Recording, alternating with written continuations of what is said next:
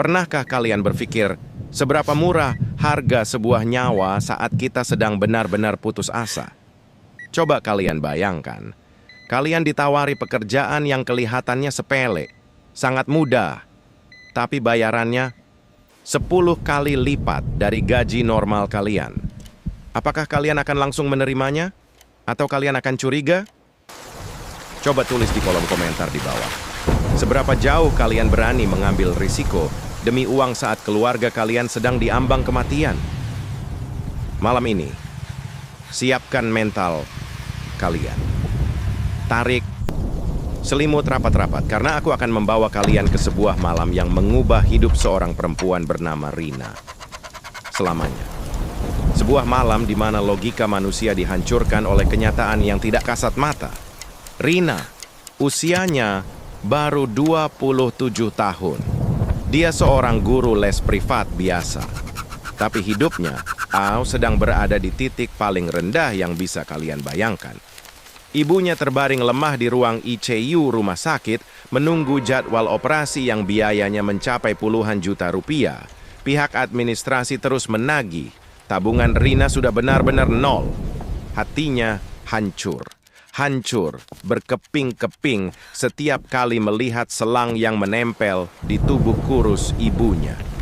Sebagai orang yang berpendidikan tinggi, Rina adalah sosok yang sangat logis. Dia sama sekali nggak percaya dengan hal-hal gaib, takhayul, apalagi hantu. Baginya, setan itu nggak ada. Yang lebih menakutkan dari iblis di dunia ini adalah kemiskinan dan ketidakmampuan membayar tagihan rumah sakit. Jadi ketika sebuah pesan misterius masuk ke ponselnya, menawarkan pekerjaan mengajar seorang anak di rumah pribadi malam itu juga. Dengan bayaran fantastis yang dijanjikan tunai di muka, Rina sama sekali tidak berpikir dua kali. Malam itu, alam seolah sedang marah. Cuaca sangat buruk. Hujan deras turun tanpa henti, seolah langit sedang menangis atau mungkin sedang memperingatkan Rina untuk putar balik. Rina duduk di boncengan ojek online yang melaju menembus jalanan perbukitan yang gelap, menanjak, dan sangat sepi. Angin malam yang bercampur air hujan terasa sangat dingin menembus jaket tipisnya. Dinginnya bukan sekadar dingin cuaca malam biasa, tapi dingin yang menusuk sampai ke tulang sumsum. Kalian tahu kan rasanya? Udara berat yang bikin bulu kuduk otomatis berdiri secara naluriah, meski mata kita nggak melihat apa-apa di kegelapan. Motor itu akhirnya berhenti di depan sebuah gerbang besi tinggi yang sudah berkarat. Di baliknya, berdiri sebuah bangunan besar yang sangat megah, tapi di saat yang sama, memancarkan aura yang mengintimidasi. Sebuah villa tua berarsitektur zaman kolonial Belanda. Temboknya tebal, bercat putih yang sudah memudar kusam, ditumbuhi lumut hijau kehitaman yang menjalar seperti urat nadi. Jendela-jendelanya besar menjulang tinggi, dengan gorden tebal yang tertutup sangat rapat. Rina turun. Pakaiannya sedikit basah kuyup. Dia melangkah pelan melewati halaman depan yang penuh dengan genangan air dan daun-daun kering yang membusuk. Srek, srek. Suara langkah sepatunya di atas kerikil terdengar sangat tajam di antara gemuruh hujan. Rina menarik napas panjang, mencoba menenangkan debar jantungnya. Bau di tempat itu aneh. Ada aroma tanah basah, kayu lapis yang lapuk dimakan, usia, dan samar-samar tercium bau anyir yang entah dari mana asalnya. Mirip seperti bau darah kering. Di teras depan yang hanya diterangi satu lampu bohlam kuning remang-remang, seorang wanita paruh baya sudah menunggu. Nyonya Ratna. Penampilannya sangat elegan. Memakai gaun malam berbahan sutra gelap, perhiasannya berkilau memantulkan cahaya. Tapi ada satu hal yang membuat Rina diam-diam merasa tidak nyaman. Sorot mata Nyonya Ratna. Kosong. Sangat dingin dan mati. Tidak ada senyum ramah atau sapaan hangat layaknya seorang ibu yang menyambut guru anaknya. Masuklah Rina. Suaranya datar, nyaris tanpa emosi. Rina melangkah ragu masuk ke dalam lorong villa yang panjang dan sepi. Tidak ada suara televisi, tidak ada suara orang mengobrol, bahkan tidak ada suara anak kecil. Hanya ada suara detak jam dinding kuno berukuran besar yang pendulumnya berayun lambat. Tik, tok, tik, tok. Nyonya Ratna berbalik. Mengambil sesuatu dari atas meja nakas dan menyerahkan sebuah amplop coklat tebal berisi uang tunai. Tangan Rina sedikit gemetar saat menerimanya. Ini dia, uang untuk operasi ibunya. Uang yang akan menyelamatkan nyawa satu-satunya orang yang ia sayangi di dunia ini. Rasa takutnya seketika luntur oleh kelegaan sesaat. Anakku ada di kamar atas. Ruang belajarnya ada di ujung lorong sebelah kanan, kata Nyonya Ratna pelan. Lalu, tiba-tiba, pergerakan wanita itu terhenti. Ia menatap tajam ke arah mata Rina, seolah ingin menembus isi kepalanya. Suasananya mendadak berubah menjadi sangat kaku dan berat. Kamu boleh memakai fasilitas apa saja di rumah ini, tapi ingat satu aturan dariku, Rina. Nyonya Ratna mendekatkan wajahnya. Suaranya berubah menjadi bisikan parau yang terbawa angin dingin dari celah pintu. Di sudut ruang belajar itu ada sebuah lemari kayu kecil. Jangan pernah sekali-kali kamu mencoba membukanya. Apapun yang terjadi, apapun yang kamu dengar dari dalam sana, biarkan saja, mengerti? Rina menelan ludah paksa. Tenggorokannya terasa kering. Namun logika di kepalanya langsung bekerja menepis rasa ngeri itu. Dia mengangguk mantap. Paling cuman lemari berisi barang antik mahal, berangkas perhiasan atau dokumen rahasia. Batin Rina meremehkan peringatan itu. Dia terlalu lelah secara fisik dan mental untuk memikirkan hal mistis malam ini. Baik, Nyonya. Saya mengerti, jawab Rina tegas. Nyonya Ratna hanya mengangguk pelan, nyaris tak terlihat. Ia lalu berbalik dan berjalan lambat keluar dari villa, membuka payung hitamnya, dan menghilang menembus derasnya hujan malam, meninggalkan Rina sendirian. Rina berdiri mematung di ruang tamu yang luas dan minim cahaya itu. Dia menatap punggung Nyonya Ratna yang menjauh, lalu pandangannya beralih pada pintu utama yang terbuat dari kayu jati tebal yang kokoh. Dan detik itu juga, teror yang sesungguhnya perlahan dimulai. Bam!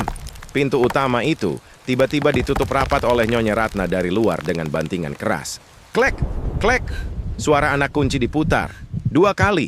Dikunci dari luar. Rina terkesiap kaget. Napasnya tiba-tiba tertahan di dada. Matanya terbelalak menatap daun pintu itu. Kenapa dia dikunci dari luar? Tubuhnya seketika menegang kaku. Angin dingin entah dari mana berhembus pelan menyapu tengkuknya, membuat seluruh bulu romanya meremang hebat.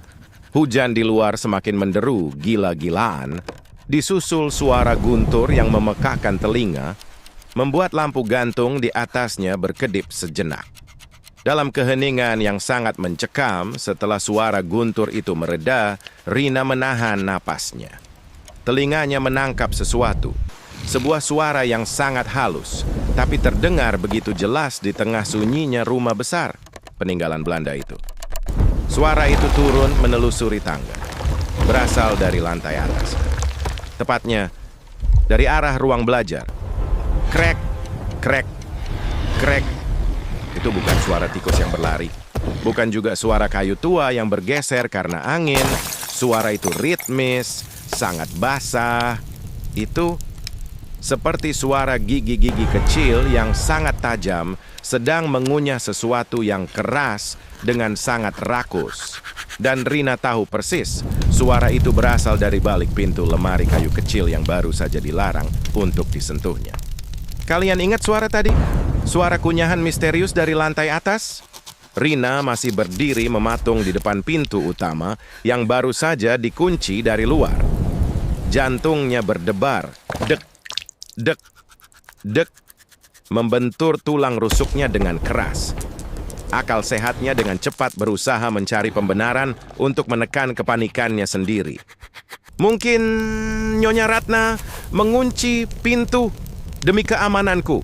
Di daerah perbukitan sepi begini, di tengah hujan badai, wajar kan kalau rawan perampok? Gumam Rina pelan, mencoba menenangkan dirinya sendiri. Ia mengusap wajahnya yang sedikit basah karena cipratan hujan. Tapi bagaimana dengan suara krek-krek tadi? Rina menelan ludah. Tikus. Ya, rumah Belanda setua dan segede ini pasti sarangnya tikus raksasa. Jangan konyol, Rina. Fokus pada uangnya. Fokus pada biaya operasi ibu. Batinnya menguatkan diri. Ia menggigit bibir bawahnya, mengingat wajah ibunya yang pucat di ranjang rumah sakit. Tidak ada waktu untuk menjadi penakut. Ia menoleh ke arah tangga kayu jati yang melingkar menuju lantai 2. Suasana di dalam villa itu benar-benar seperti kuburan. Hanya ada rentetan suara hujan badai yang menghantam kaca jendela raksasa. Tak. Rina mulai melangkahkan kakinya. Ibu. 1 anak tangga. Kriek. Rina pulang. 2 anak tangga. Kriek. Kayu tua itu seolah menjerit pelan setiap kali hak sepatu Rina memijaknya. Semakin tinggi ia naik ke lantai 2. Udara di sekitarnya terasa semakin tidak wajar. Kalian pernah masuk ke ruangan ber-AC yang suhunya disetel paling rendah? Ini jauh lebih parah dari itu. Saat Rina tiba di ujung tangga lantai 2, suhu ruangan anjlok drastis secara tiba-tiba.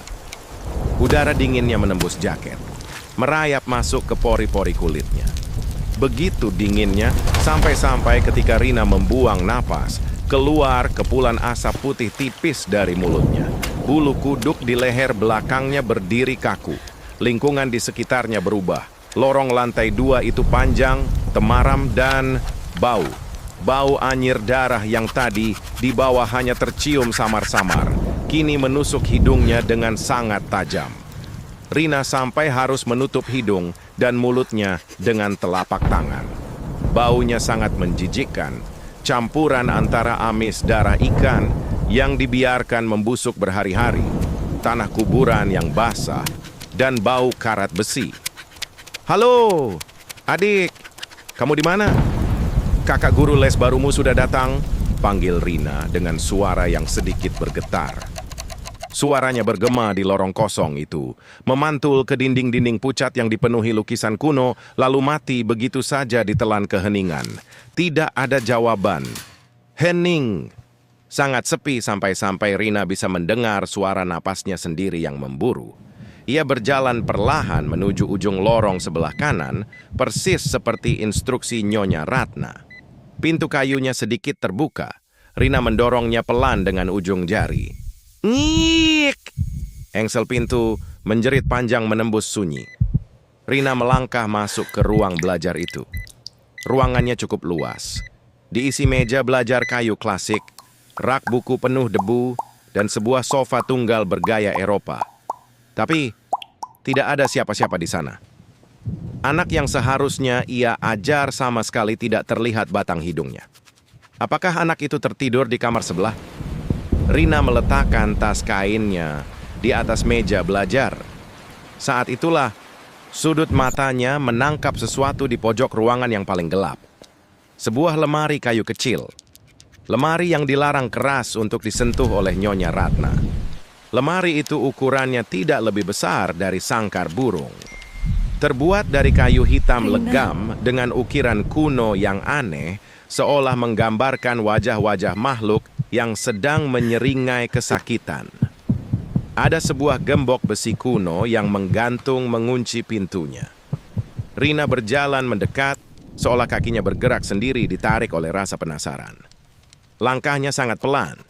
Tap, tap, tap. Tiba-tiba, langkah Rina terhenti. Ia mengernyitkan dahi. Di bagian bawah pintu lemari itu, tepat di bawah celah pintu, ada noda merah gelap yang mengering sampai ke lantai. Noda itu tebal dan berkerak. Rina berjongkok, menyipitkan matanya di tengah cahaya redup. Ia memberanikan diri menyentuh kerak merah itu dengan ujung telunjuknya. Kasar dan mengelupas. Bagi orang normal, itu jelas terlihat seperti bekas aliran darah kental yang sudah mengering. Tapi Rina, otak logisnya kembali bekerja keras menolak kenyataan pahit itu. Ini pasti cuma cat air merah. Anak itu pasti sering main lukis-lukisan di sudut ini dan tumpah. Atau cuma cairan karat dari engsel besi tua ini yang luntur kena lembab. Gumam Rina sambil mengusap jarinya dengan kasar ke tisu basah dari dalam saku jaketnya. Ia tersenyum sinis pada dirinya sendiri, merasa bodoh karena imajinasinya terlalu liar malam ini. Semuanya bisa dijelaskan dengan ilmu pengetahuan. Ya, kan? Rina berdiri, membalikkan badannya berniat kembali ke meja belajar untuk membuka buku pelajarannya. Tapi tepat saat ia memutar tumit sepatunya, tring! Ada sesuatu yang terinjak keras oleh hak sepatunya, sesuatu berbahan logam. Suaranya nyaring memecah keheningan ruangan yang mencekam. Rina menunduk pelan. Di lantai kayu berdebu, tepat di bawah ujung sepatunya, tergeletak sebuah kunci kecil berkarat. Tubuh Rina seketika kaku seperti patung. Jantungnya seolah berhenti berdetak selama 1 detik penuh. Napasnya tertahan di ujung tenggorokan. Pikirannya berputar liar. Siapa yang meletakkan kunci itu di sana? Rina yakin, seyakin-yakinnya, lantai di sekitarnya sangat bersih saat ia baru jongkok tadi. Tidak ada benda apapun di sana. Dan ia sendirian di ruangan ini. Nyonya Ratna sudah pergi menerobos hujan. Anak itu tidak ada. Lalu, dari mana datangnya kunci ini? Siapa yang baru saja menjatuhkannya di belakang kakinya? Pertanyaan itu menggantung di udara yang semakin membeku, menciptakan putaran misteri, open loop, yang membuat perut Rina mual karena tegang luar biasa. Dengan tangan bergetar hebat, Rina perlahan berjongkok lagi. Jari-jarinya yang dingin dan pucat merayap turun, menyentuh logam berkarat yang sedingin es itu. Ia memungut kunci kecil itu. Matanya perlahan naik, terpaku pada gembok di lemari kayu hitam di depannya. Bentuk kepalanya, lekukannya, ukurannya sangat pas dengan lubang gembok itu. Rina menelan ludah. Hawa dingin di ruangan itu kini terasa menembus tengkoraknya.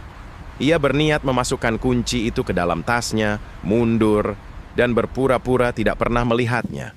Namun, belum sempat Rina berdiri, tegak. Dan padahal, ia sama sekali belum menyentuh gembok itu. Gembok berkarat di lemari itu tiba-tiba jatuh ke lantai dengan sendirinya. Klotak! Dan perlahan, sangat perlahan, pintu lemari kayu hitam yang terlarang itu berderit terbuka dengan sendirinya. Kriik! Suara engselnya terdengar panjang dan menyayat, seperti rintihan orang yang sedang dicekik pelan-pelan. Rina lumpuh oleh ketakutan. Kakinya seolah dipaku kuat ke lantai kayu. Matanya terbelalak lebar, tak mampu berkedip menatap celah gelap di dalam lemari yang baru terbuka itu.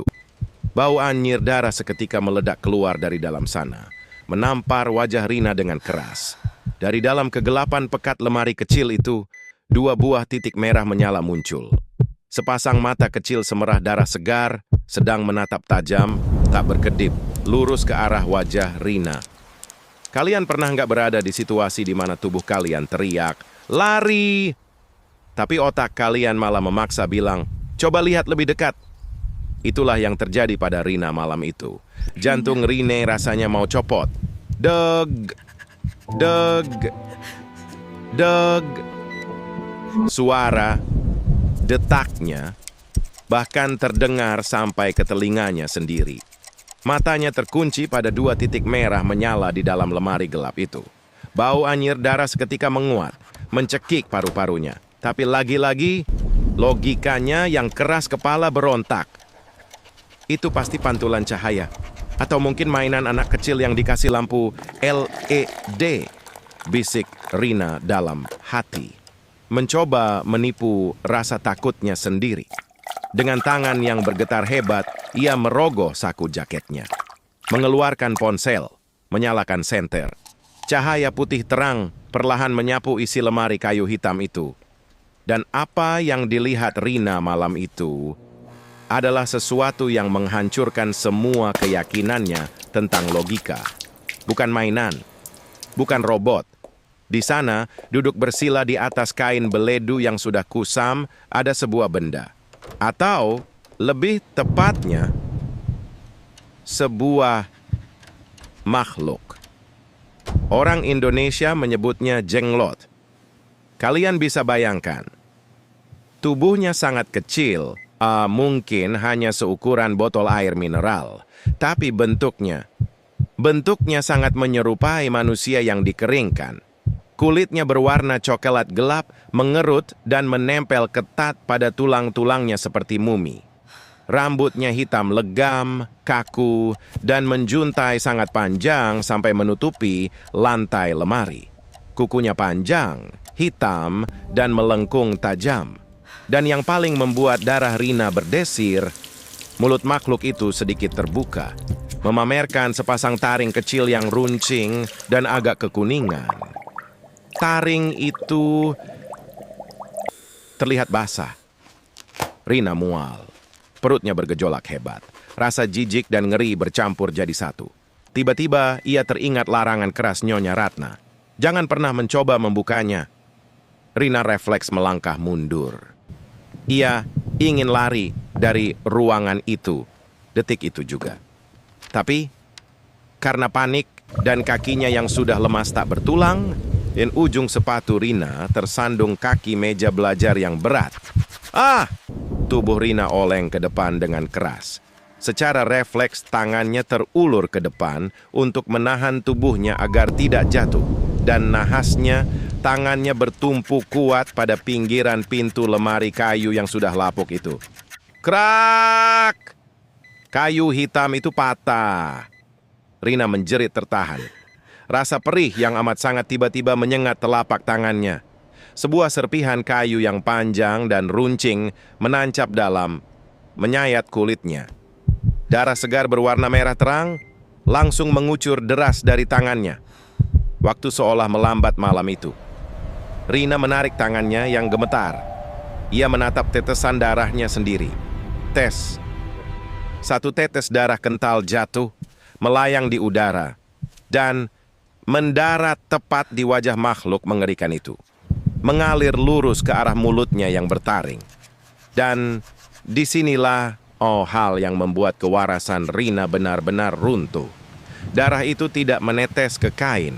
Darah itu terserap. Hilang begitu saja saat menyentuh bibir si jenglot. Seolah-olah kulit kering dan mulut kecil itu baru saja menelannya dengan rakus.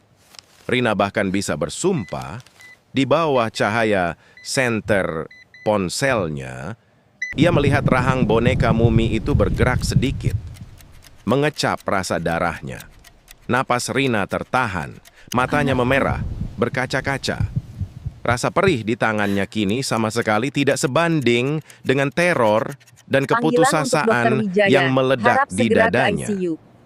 Ya Tuhan, apa yang sudah aku lakukan? Batinnya menjerit sejadi-jadinya. Rina memegangi tangannya yang terus meneteskan darah. Tiba-tiba, ia teringat wajah ibunya. Teringat pesan ibunya sore tadi sebelum ia berangkat. Ibunya yang sedang berbaring lemah sempat menahan tangannya dengan sisa tenaga, melarangnya pergi karena perasaannya sangat tidak enak. Bu, maafin Rina, Bu. Rina takut. Rina cuma mau cari uang buat operasi ibu. Air mata Rina akhirnya tumpah, bercampur dengan keringat dingin yang membasahi wajahnya. Ia merasa sangat bodoh, sangat sombong. Kenapa dia mengabaikan peringatan itu? Kenapa dia meremehkan hal-hal yang tidak ia pahami? Kini, darahnya sudah membangunkan sesuatu yang seharusnya dibiarkan tertidur. Rina menangis tanpa suara. Tangannya bergetar, makin parah. Dia butuh sesuatu untuk menekan lukanya. Dia harus menghentikan darah ini.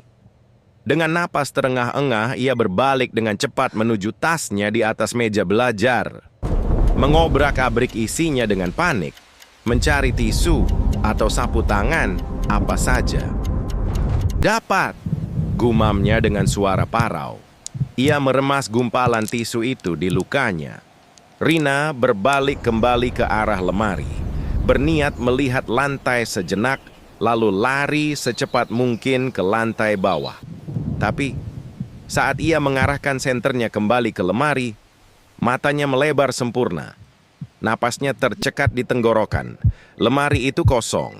Makhluk sekecil botol, dengan taring tajam dan rambut panjang tadi, hilang. Lenyap tanpa jejak. Hanya menyisakan kain beledu yang kosong. Tunggu dulu. Kemana makhluk itu pergi? Bukankah dari tadi Rina berdiri menutupi jalan keluar lemari itu? Kemana perginya sesuatu yang tidak punya kaki untuk berjalan? Belum sempat Rina mencerna hilangnya jenglot itu. Bzzd, bzzd. Lampu bohlam tua di tengah ruangan itu tiba-tiba berkedip-kedip redup. Sedetik, kemudian... Rina. Pats! Mati total. Gelap gulita. Cahaya senter ponsel Rina ikut mati mendadak, seolah baterainya tersedot habis dalam satu tarikan napas. Ruangan itu seketika menjadi hitam pekat dan sedingin es. Rina membeku. Ia tidak berani bergerak bahkan 1 milimeter pun. Ia hanya bisa mendengar deru hujan yang memukul jendela. Namun, di sela-sela suara hujan yang bising itu, dari atas kepalanya, tepat di langit-langit kamar yang gelap, Rina mendengar sesuatu. Tap, tap, tap, tap, tap, tap. Suara langkah kaki kecil yang terdengar sangat basah dan lengket. Berlari dengan kecepatan yang sangat tidak wajar. Tidak seperti manusia, tidak seperti hewan. Suara itu berputar-putar, mengelilingi langit-langit, tepat di atas ubun-ubun Rina, mengintainya dari atas kegelapan. Pernahkah kalian merasa sangat ketakutan? Sampai-sampai tubuh kalian lupa bagaimana caranya bernapas? Paru-paru kalian seolah menolak memompa udara, dan setiap otot di tubuh kalian terkunci mati. Itulah yang dialami Rina di tengah kegelapan total ruang belajar itu. Matanya melotot lebar, berusaha menembus gulita, tapi sia-sia. Hanya indera pendengarannya yang kini bekerja, dipaksa menangkap suara paling mengerikan yang pernah ia dengar seumur hidupnya. Tap, tap, tap, tap. Suara langkah kaki basah itu terus berputar-putar dengan cepat di langit-langit, tepat di atas ubun-ubunnya. Suaranya lengket, seolah ada selaput lendir di telapak kaki makhluk itu yang menempel dan terlepas dari kayu plafon. Srot, plop, srot, plop. Rina membekap mulutnya sendiri dengan kedua tangan yang gemetar hebat, berusaha meredam suara giginya yang bergemeretak karena hawa dingin yang semakin brutal. Darah dari telapak tangannya yang robek terasa hangat dan lengket membasahi wajahnya sendiri. Tiba-tiba, suara langkah di langit-langit itu berhenti, hening. Keheningan yang justru jauh lebih menyiksa daripada suara bising badai di luar. Di mana makhluk itu sekarang? Apakah dia masih di atas sana? Atau dia sudah turun? Jegirir! Suara guntur meledak dahsyat di luar, membelah langit malam. Tepat pada detik itu, kilatan cahaya petir yang sangat terang menyambar, menembus celah gorden jendela, dan menyinari ruangan itu selama sepersekian detik. Dan dalam kilatan cahaya yang sangat singkat itu, Rina melihatnya. Logikanya hancur berkeping-keping tanpa sisa. Di sudut langit-langit ruangan, menempel seperti seekor laba-laba raksasa. Makhluk itu berada. Ia bukan lagi sebuah boneka jenglot seukuran botol. Darah Rina telah membangunkannya, mengubahnya menjadi wujud aslinya yang mengutuk. Sebuah entitas iblis yang oleh orang-orang tua dulu disebut sebagai Brerong. Tubuhnya membesar seukuran anak kecil yang bungkuk dan cacat. Kulitnya berwarna abu-abu pucat, membusuk, dan menempel ketat pada tulang rusuknya yang menonjol. Anggota tubuhnya, tangan dan kakinya, memanjang secara tidak wajar, dengan cakar-cakar hitam melengkung yang menancap kuat ke plafon kayu. Rambutnya yang panjang dan gimbal menjuntai ke bawah. Bergoyang tertiup angin dingin. Tapi yang membuat jantung Rina serasa berhenti berdetak adalah wajahnya. Wajah makhluk itu menoleh, menatap lurus ke arah Rina dengan sepasang mata merah menyala yang dipenuhi kebencian dan rasa lapar yang purba. Mulutnya menyeringai lebar hingga ke telinga, memamerkan deretan gigi taring yang runcing dan berlumuran air liur kental bercampur darah. Bazadadat! Kegelapan kembali menelan ruangan itu. Cahaya petir hilang. Bruk! Suara dentuman keras terdengar tepat di antara Rina dan pintu keluar.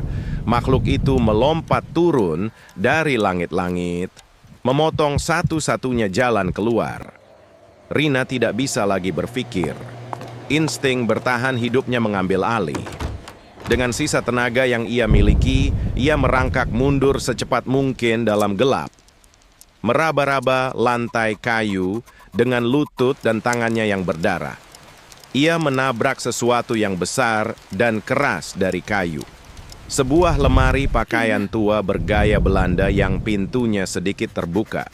Tanpa ragu, Rina mendorong tubuhnya masuk ke dalam lemari sempit itu, berdesakan di antara gaun-gaun tua berbau kapur barus dan debu. Ia menarik pintu lemari dari dalam. Menutupnya rapat-rapat. Gelap, pengap, bau apak memenuhi hidungnya. Di luar lemari, Rina bisa mendengar suara makhluk itu bergerak. Srek, srek, srek. Bunyi cakar tajam yang diseret lambat di atas lantai kayu. Makhluk itu tidak berlari. Ia sedang menikmati ketakutan mangsanya. Di dalam lemari yang sempit, Rina menekuk lututnya ke dada, memeluk dirinya sendiri. Ia menyembunyikan tangannya yang terluka di balik jaket, membekap mulut, dan hidungnya kuat-kuat agar suara isak tangisnya tidak terdengar. Air matanya mengalir deras, membasahi tangannya yang bersimbah darah. Rasa sesal yang luar biasa pekat menghantam dadanya. Keputusasaan mencekiknya perlahan.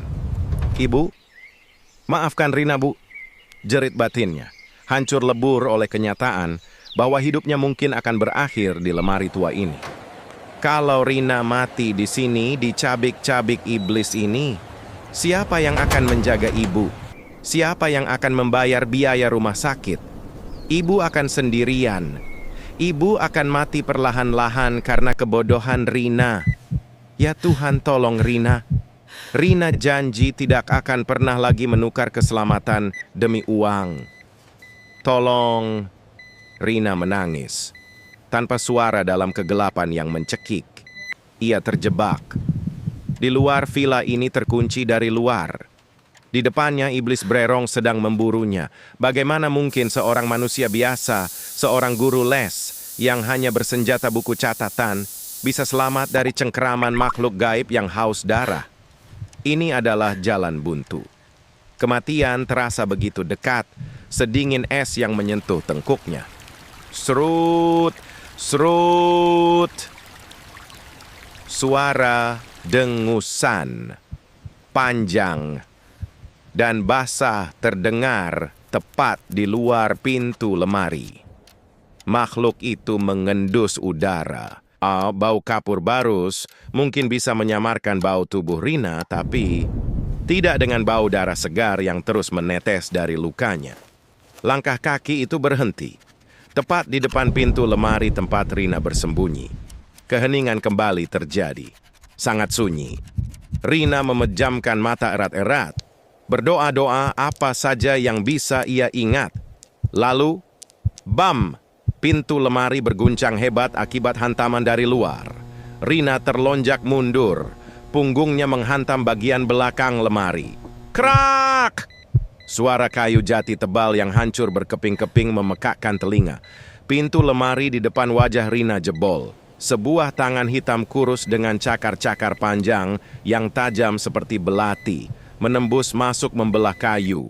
Cakar itu berhenti hanya beberapa sentimeter dari bola mata Rina.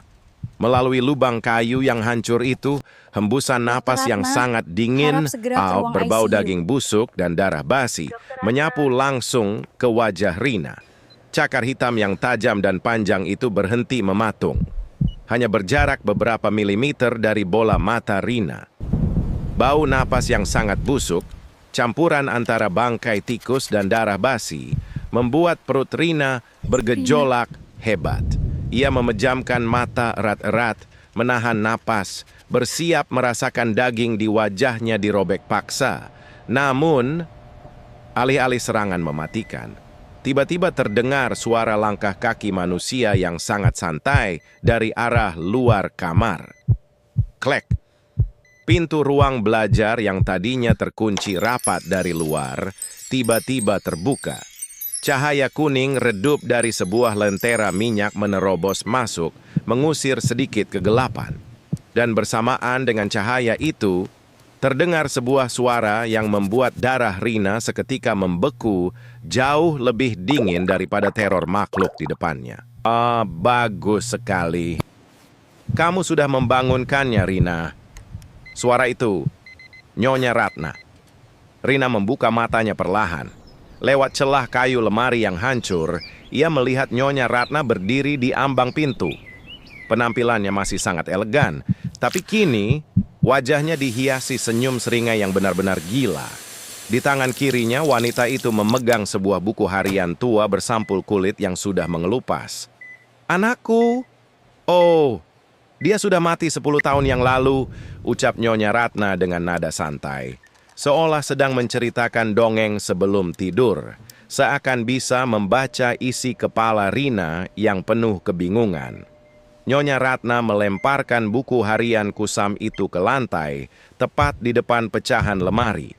Halaman-halamannya terbuka, memperlihatkan tulisan tangan yang bercampur dengan bercak merah gelap. Kekayaanku, villa megah ini, bisnisku yang lancar. Ini semuanya butuh bayaran, Rina. Jenglot Brerong ini butuh darah gadis muda yang sedang putus asa setiap malam Jumat Kliwon. Dan kebodohanmu, keserakahanmu demi uang ibumu, membuat pekerjaanku malam ini sangat mudah. Dada Rina sesak. Udara seolah tersedot habis dari paru-parunya. Jadi, ini semua adalah jebakan mematikan. Rina tidak pernah disewa untuk menjadi guru les. Ia dibeli dengan setumpuk uang tunai untuk dijadikan hidangan peliharaan iblis ini.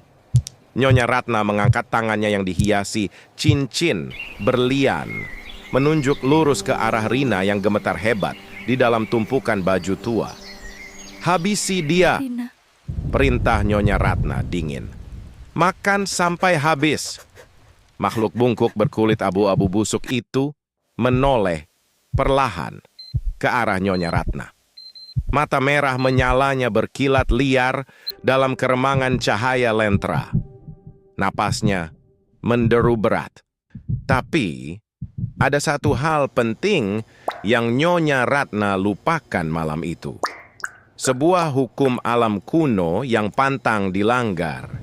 Iblis tidak pernah benar-benar tunduk pada manusia. Mereka hanya berpura-pura patuh, menunggu saat yang tepat ketika tuannya lengah dan merasa paling berkuasa. Dan malam ini, Brerong itu sangat kelaparan. Aroma darah murni dari luka Rina memang memancingnya keluar, tapi aura keserakahan, kebusukan jiwa, dan dosa hitam yang memancar kuat dari tubuh Nyonya Ratna jauh lebih menggiurkan bagi makhluk dari dasar neraka itu. Hak! Brerong itu melengking dengan suara yang memekakkan telinga. Alih-alih melompat ke arah Rina, makhluk itu justru memutar tubuhnya yang cacat dan menerkam Nyonya Ratna dengan kecepatan kilat. Tidak, apa yang kau lakukan? Aku tuanmu. Arga! Jeritan Nyonya Ratna menggema tragis, membelah suara badai di luar villa. Lentera minyak jatuh dan pecah membuat ruangan kembali temaram. Rina menutup telinganya rapat-rapat, memejamkan mata sambil menangis histeris. Ia tidak berani melihat, tapi telinganya dipaksa mendengar semuanya. Suara daging yang dikoyak dengan rakus, suara tulang yang dipatahkan, dan jeritan keputusasaan yang perlahan-lahan berubah menjadi suara kumur-kumur darah. Rina menyaksikan sendiri bagaimana iblis menagih hutang pada manusia yang menyembahnya. Bayaran dari pesugihan pada akhirnya adalah nyawanya sendiri. Ini saatnya Rina, lari! Jerit batinnya sekencang mungkin. Dengan sisa tenaga dan keberanian yang entah datang dari mana, Rina menendang sisa pintu, lemari, hingga hancur berantakan. Ia merangkak keluar dengan brutal, mengabaikan genangan darah pekat di lantai dan pemandangan mengerikan di sudut ruangan. Pintu keluar terhalang oleh tubuh Nyonya Ratna yang sedang dicabik-cabik. Satu-satunya jalan keluar hanyalah jendela kaca besar di ujung kamar. Rina merogoh saku jaketnya dengan panik. Ia mengeluarkan sebuah gelang tasbih dari kayu cendana. Gelang doa pemberian ibunya tadi sore yang sempat ia tolak dan remehkan karena menganggapnya kuno. Rina melilitkan gelang itu kuat-kuat di kepalan tangannya yang berdarah. Mengingat wajah pucat ibunya yang tersenyum lemah di ranjang rumah sakit. Mengingat betapa berharganya pelukan hangat wanita tua itu. "Ibu, Rina pulang, Bu! Perangga!" Rina meninju kaca jendela tebal itu sekuat tenaga. Pecahan kaca berhamburan ke segala arah. Tanpa mempedulikan serpihan tajam yang menyayat lengan, wajah, dan kakinya, Rina melompat keluar menembus derasnya hujan badai dan kegelapan malam. Ia jatuh berguling-guling di atas tanah berlumpur, bangkit lagi dengan tertatih-tatih dan berlari sekencang-kencangnya menuruni bukit. Meninggalkan villa terkutuk itu, meninggalkan jeritan kematian yang perlahan tenggelam ditelan gemuruh guntur. Sinar matahari pagi yang hangat menembus tirai putih rumah sakit. Bau antiseptik dan obat-obatan yang khas perlahan menggantikan bau anyir darah yang semalaman menempel di penciuman Rina. Rina duduk di kursi samping ranjang perawatan, mengenakan pakaian kering pinjaman dari perawat. Tangannya diperban tebal. Wajahnya dipenuhi plester luka gores. Tapi, ada yang berbeda dari tatapannya pagi ini. Tidak ada lagi keputusasaan. Tidak ada lagi kemarahan pada takdir. Tangan ibunya yang hangat dan keriput perlahan bergerak, meraih wajah Rina, mengusap air mata yang terus mengalir di pipi putrinya. "Rina, kamu kenapa, Nak? Kenapa menangis? Kenapa wajahmu luka-luka?" Suara ibunya terdengar parau, namun dipenuhi kasih sayang yang murni. Rina memeluk tangan ibunya erat-erat, menciumnya berkali-kali. Tangisnya pecah tersedu-sedu. Bukan tangis kesedihan, melainkan tangis kelegaan yang luar biasa dalam. Malam tadi, ia tidak hanya lolos dari cengkeraman maut, tapi jiwanya juga disembuhkan dari kebutaannya sendiri. Rina menyadari satu pelajaran paling berharga yang hampir merenggut nyawanya. Uang bisa dicari. Biaya rumah sakit yang puluhan juta itu bisa diusahakan dengan cara yang benar, betapapun lelah dan beratnya. Tapi nyawa, kehormatan, dan waktu untuk menggenggam tangan orang yang kita cintai, itu adalah harta tak ternilai yang tidak bisa dibeli dengan miliaran rupiah, apalagi ditukar dengan kesepakatan murahan bersama iblis. Keserakahan dan keputusasaan hanyalah pintu masuk paling mudah menuju kehancuran abadi. Jadi, kembali ke pertanyaanku di awal cerita tadi. Seberapa jauh kalian berani mengambil risiko demi uang instan saat sedang putus asa? Ingatlah kisah Rina malam ini. Karena terkadang, tawaran yang paling menggiurkan dan paling mudah adalah tiket satu arah yang kalian beli sendiri. menuju neraka.